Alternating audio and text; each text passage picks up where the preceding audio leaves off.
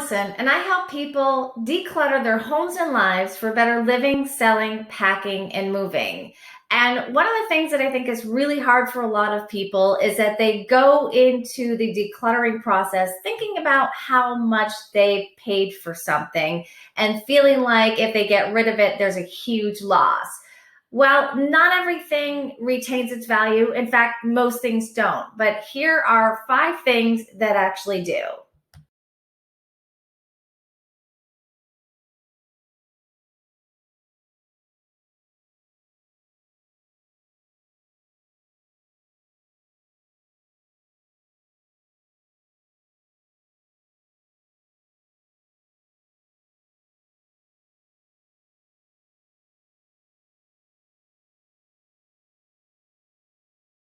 Of course, with all of these items, they don't really retain their value if you haven't kept them in good condition. So always treat your things well. But most importantly, when you go to get rid of something, it doesn't matter how much money you spent on it.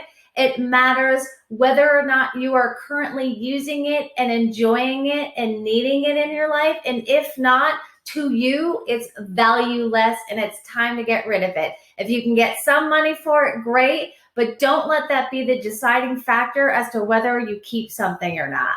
Thanks for watching. And in the comments below, what are your favorite things that you've held on to that still retain pretty good value?